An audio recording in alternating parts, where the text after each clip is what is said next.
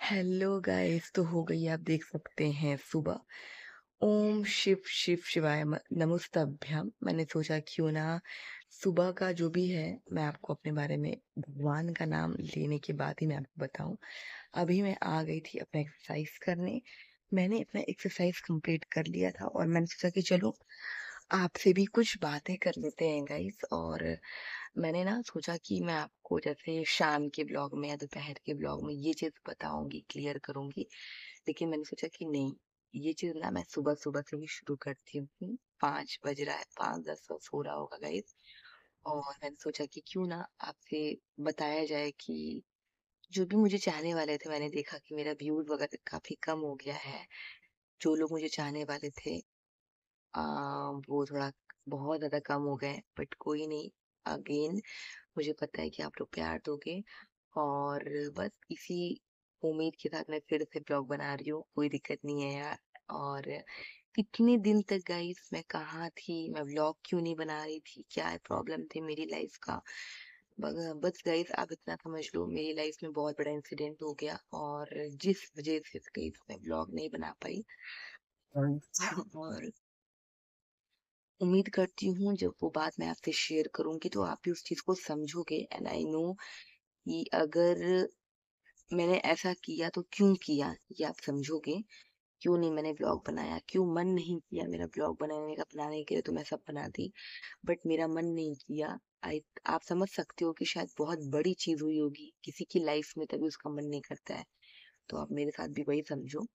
और जो भी हुआ है मेरी जिंदगी में इस एक महीने में, कैसे मेरी लाइफ बिल्कुल चेंज हो गई और क्यों ये सारी चीजें हुई, मैं आपको जरूर इस ब्लॉग में बताऊंगी। इसीलिए मैंने ये ब्लॉग बनाया है। बट हाँ, पार्ट 1, पार्ट 2, पार्ट 3 करके बताऊंगी। तो ये पार्ट 1 है गाइस, देखना ना भूलना।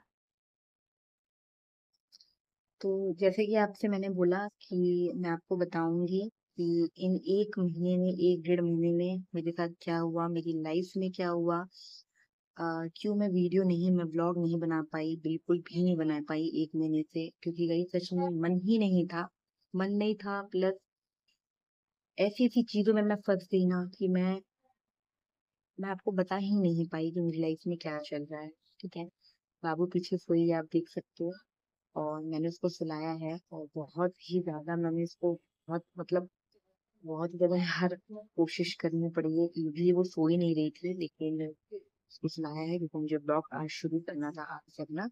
तो वही ये मेरा ना फर्स्ट पार्ट है जिसमें आपको पता चलेगा कि कहाँ से चीजें ये शुरू हुई, मुझे पता ही नहीं चला।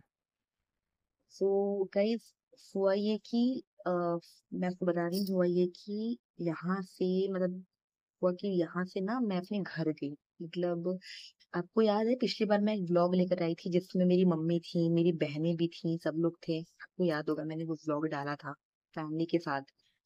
तो उसके बाद मैं घर आ गई थी, ठीक है। और घर आने के 15-15 दिन बाद गई फिर से, जो मेरी जो सिस्टर है छोटी वाली, वो दिल्ली जा रही थी पल्लू, उसकी कोई मीटिंग थी, ठीक है। और घर पे प्रीत भी आया हुआ था, ठीक है। तो ये पहला पार्ट है इसमें मैं आपको ये चीज बता रही हूँ कि जब मैं यहाँ से गई तो क्या हुआ। तो मेरे से बात हुई तो हम लोग ये डिस्कस कर रहे थे, क्योंकि मम्मी की कंडीशन थोड़ी सी नाजुक हो गई थी, तो हम लोग डिस्कस ये कर रहे थे कि हम लोग मम्मी के लिए कोई ना कोई मेड रखेंगे जो उनकी टेक केयर कर सकेगी, क्योंकि मैं भी यहाँ पे रहती हूँ, पल्लू भी बाहर ही जा रही थी, उसका कुछ था काम, काफी टाइम के लिए जा रही थी। भाई भी यहाँ पे है लेकिन वो भी हॉस्टल रहता है, बड़ी वाली दीदी भी बाहर है, तो सबका ये था कि यार कंटिन्यू तो हम लोग नहीं पहुंच पाएंगे, तो हम लोग मम्मी के लिए मेड रखेंगे, मतलब एक किसी को रखेंगे केयर टेकर के लिए, जो मम्मी की केयर टेकर कर सके। और साथ में सरोज दीदी तो है ही, जिनके बारे में मैंने आपको बताया ब्लॉग में। तो भाई बस ये बात चल रही थी, हम फोन से डिस्कस कर रहे थे। और मैंने अपनी सिस्टर को बोला कि देखो मैं भी नहीं आ पाऊंगी, ये मेरी बेबी भी छोटी है, बाबू छोटी है। और गाइस अकेले जो उसको सारी चीजें मेरी नहीं हो पाती है, मतलब जैसे घर में क्या होता है ना कि पूरी फैमिली है, तो वो पूरी फैमिली के साथ ही वो पली है, बचपन से ही सबने उसको मिल के संभाला है, तो थोड़ा सा मेरे लिए ना अकेले इजी नहीं होता है। बट देन होता है क्या है कि ठीक है, अगर आपकी लाइफ में प्रॉब्लम्स है तो आप उसको किसी न तरीके से सॉल्व करोगे ही करोगे, ठीक है। और ये प्रॉब्लम सबसे बड़ी थी, वो थी मेरी मम्मी की, ठीक है। यहाँ पे जो सबसे बड़ा इंसिडेंट हुआ वो मेरी मम्मी का हुआ, ठीक है। हुआ ये कि गाइस 15 दिन बाद जब मैं घर से यहाँ आई, जो मैं व्लॉग वगैरह डाल रही थी, फैमिली व्लॉग वगैरह घर का डाल रही थी, आपने देखा भी होगा। तो जब मैं घर यहाँ आई, तो यहाँ आने के बाद 15-15 दिन बाद, 20 दिन बाद मेरे भाई का ना फिर से कॉल आया। तो उसने बोला कि मम्मी को बहुत चोट वोट लग गई है, और ये चीजें हैं थोड़ा सा, मतलब काफी चोट वोट लग गई है, और ब्लड वगैरह भी काफी आ रहा है। तो मैंने सोचा कि यार हल्का फुल्का कहीं लगा होगा, इतनी बड़ी दिक्कत नहीं होगी। तो मैंने उसको बोला कि ठीक है तुम देख लो। वो बहुत रोने लगा फोन पे। तो मैंने उसको बोला कि ठीक है तुम देख लो, जैसा होगा हम तुम्हें कल बताएंगे। तो बोला कि नहीं नहीं दीदी तुम आ जाओ, मतलब मेरे से अब वो चीज, मतलब हम हैंडल नहीं कर पा रहे हैं, तुम आ जाओ। तो हम बोले कि मैं बाबू को देख रही थी कि वो गिर तो नहीं रही है, क्योंकि पलटती है ना गाइस। तो बस ये बात हो रही थी। उसके बाद शाम, मतलब शाम को ही हमारी बात हुई। तो मैं ना थोड़ा उदास हो गई थी, क्योंकि भाई रोने लगा था। लाइफ में पहली बार ऐसा हुआ है, मम्मी कितनी भी बीमार पड़ी है, मेरा भाई कभी रोया नहीं था। बट उस दिन वो बहुत बहुत ज्यादा वाला रो रहा है, कह रहा है कि बस तुम आ जाओ, मैसेज कर रहा है, ये कर रहा है, बाबू को भी ले आओ, कोई दिक्कत नहीं, हम लोग देख लेंगे, ये है। बट कहीं मैं जान रही थी कि वहां पे बाबू को मैं नहीं कर पाती, अकेले मेरे से वो चीजें नहीं हो पाती प्रॉपर उसका। तो मैंने बोला ठीक है मैं बात करती हूँ। फिर शाम को मेरे हस्बैंड घर आए, और हम लोग डिस्कस किए काफी। हम लोग में तो यार नॉर्मल सी बात है, आप लोग भी जानते हो बाबू बहुत छोटी है, ठीक है। उस समय तो वो 9, मतलब 1 महीने पहले वो 9 मंथ की थी, अभी वो 10 मंथ की है, ठीक है। तो यार उसको लेके जाना वो भी पॉसिबल नहीं था, क्योंकि मम्मी की तबीयत बहुत ज्यादा खराब थी। उनकी टेक करना, फिर सारी चीजें, फिर उसको देखना, वो नहीं हो पाता है, ठीक है। और उसकी बहुत सारी चीजें होती है पूरे दिन में। तो मैंने बोला यार अब क्या करें, मतलब कुछ बताइए मुझे। बट ये रेडी नहीं हो रहा था, क्योंकि इनका ये था कि नहीं बाबू बहुत छोटी है, या तो तुम लेके जाओ या तो अभी मत जाओ। बट मेरा ये था कि नहीं हमें जाना है। हमें नहीं पता कि उस दिन मेरे दिल में क्या हो रहा था, हमें नहीं पता कि हम क्यों इतना रो रहे थे। बस ये था कि हमें जाना है, जब जाना है वहां पे मम्मी को देखना है क्या नहीं है, और उनकी टेक केयर करनी है। फिर किसी ना किसी तरीके से कन्विंस तो मैं इनको नहीं कर पाई थी, ये गुस्सा ही थे। लेकिन मुझे पता था कि ये कन्विंस हो जाएंगे, क्योंकि मुझे पता है मेरी खुशी नहीं इनकी खुशी है, और यहाँ मम्मी की बात हुई तो ये थोड़ा कॉम्प्रोमाइज कर लेते हैं, ठीक है।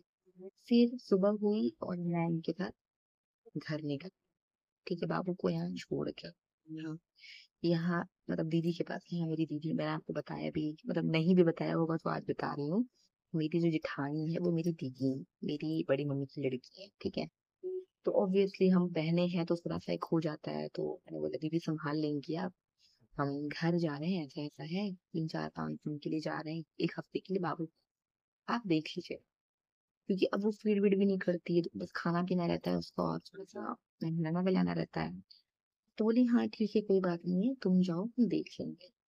कहीं हम घर निकल गए उस दिन। घर गए, मैं आपको बता रही हूँ कि मेरे गूज बम्स आ रहे हैं। मैं घर गई, मम्मी को देखिए, मम्मी की कंडीशन सही नहीं थी गाइस। मतलब मैं ये तो नहीं बोल सकती हूँ कि बहुत सही नहीं थी, लेकिन हाँ ये कह सकती हूँ कि सही नहीं थी। सिर पे काफी चोट था, चीजें खराब चल रही थी। हम गए वहां पे, उसके बाद उनको नहलाया धुलाया, सरोज दीदी आई जो उनके साथ में किए, क्लीनिंग किया, उनका वॉशरूम पॉटी सब कुछ हम लोग ने किया। उसके बाद वो एक चीज बहुत अजीब हो रही थी वहां पे, कि मम्मी प्रॉपर वो वॉशरूम में खड़ी नहीं हो पा रही थी, ये बहुत मेरे साथ अजीब हुई। और इसके बाद क्या हुआ, मैंने कभी सोचा नहीं था। आपको ये पता चलेगा सेकंड पार्ट में आगे क्या हुआ, ये आपको पता चलेगा सेकंड पार्ट में। फर्स्ट पार्ट में सिर्फ इतना ही है आज। बाय गाइस, अगर आपको मेरा ब्लॉग अच्छा लगा हो तो मुझे लाइक कीजिएगा, सब्सक्राइब कीजिएगा, फॉलो कीजिएगा, बहुत सारा कमेंट्स कीजिएगा, और मेरे व्यूज को प्लीज बढ़ा दीजिएगा। बाय।